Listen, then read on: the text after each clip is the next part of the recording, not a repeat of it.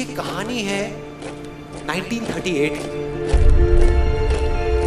कैरली नाम के एक आदमी की, हंगेरियन आर्मी में, और वो उस कंट्री का बेस्ट पिस्टल शूटर था।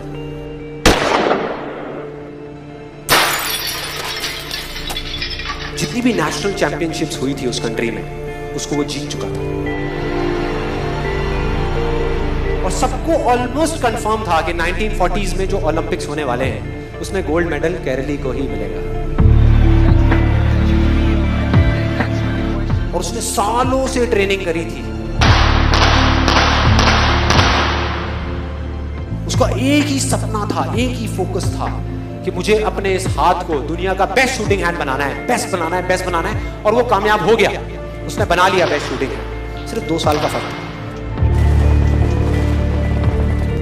1938 में एक आर्मी का ट्रेनिंग कैंप चल रहा था। क्योंकि वो आर्मी में था तो एक एक्सीडेंट हो गया। उसके उसी हाथ में जिससे उसने गोल्ड मेडल जीतना था, उसमें एक हैंड ग्रेनेड फट गया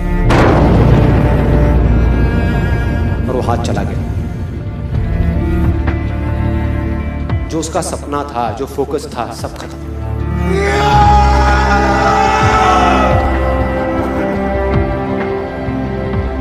उसके पास 2 रास्ते थे। एक तो ये कि वो बाकी की पूरी जिंदगी रोता रहे और कहीं जा करके छुप जाए,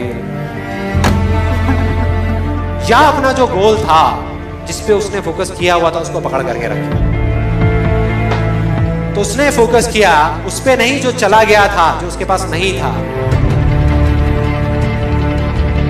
उसने फोकस किया उस पे जो उसके पास था। मतलब कि 1939 में वो वापस आया। नेशनल चैंपियनशिप्स हो रही थी वहीं पे हंगरी में, और बाकी भी बहुत सारे पिस्टल शूटर्स थे वहां पे। उन्होंने जा करके उसको कांग्रेचुलेट किया, कहा कि यार देखो ये होता है जज्बा, ये होती है स्पोर्ट्समैन स्पिरिट, कि इतना सब कुछ होने के बाद भी तुम यहां पर आए हो हमको देखने के लिए और हमारा हौसला बढ़ाने के लिए। किसी को नहीं पता था कि वो 1 साल से अपनी ट्रेनिंग कर रहा था लेफ्ट हैंड की, और उसने जवाब दिया, मैं यहां पर तुम्हारा हौसला बढ़ाने नहीं आया, तुम्हारे साथ कॉम्पीट करने आया हूं, तुमसे लड़ने आया हूं, तैयार हो जाओ। और कंपटीशन हुआ। बाकी सब वहां पर जितने भी लोग थे वो कॉम्पीट कर रहे थे अपने बेस्ट हैंड से। ये कॉम्पीट कर रहा था अपने ओनली हैंड से, ओनली हैंड से। कौन जीता? The man with the only hand, Kairali जीत गया। लेकिन वो यहां नहीं रुका। उसका गोल क्लियर था कि मुझे इस हाथ को इस कंट्री का नहीं, इस पूरी दुनिया का बेस्ट शूटिंग हैंड बनाना है। उसने अपना सारा फोकस उठा करके डाला 1940 पे, जब ओलंपिक्स होने वाले थे। लेकिन 1940s के ओलंपिक्स कैंसिल हो गए वर्ल्ड वॉर की वजह से।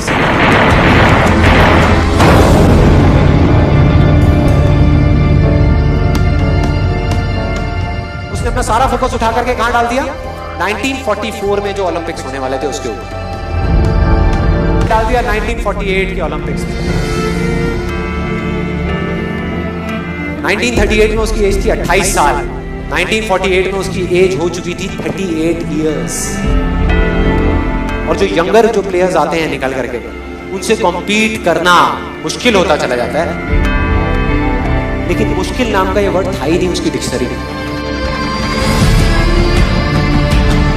वो गया,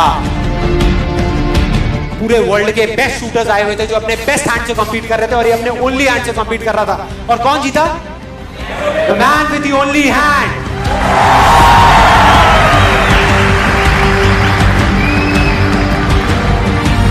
लेकिन वो तब भी नहीं रुका। 1952 ओलंपिक्स, दोबारा कॉम्पीट किया उसने, और इस बार गोल्ड मेडल कौन जीता? कैरली। 4 साल बाद दोबारा से, और पूरी की पूरी हिस्ट्री को बदल करके रख दिया ओलंपिक्स में। इस पर्टिकुलर कंपटीशन में उससे पहले किसी भी एथलीट ने लगातार 2 गोल्ड मेडल्स नहीं जीते।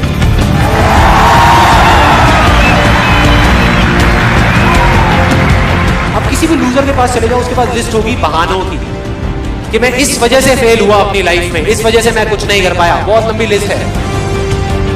और दूसरी तरफ विनर के पास चले जाओ, उसके पास में 1000 वजह होगी वो ना करने की जो वो करना चाहता है, सिर्फ एक वजह होगी वो करने की जो वो करना चाहता है, और वो कर जाएगा।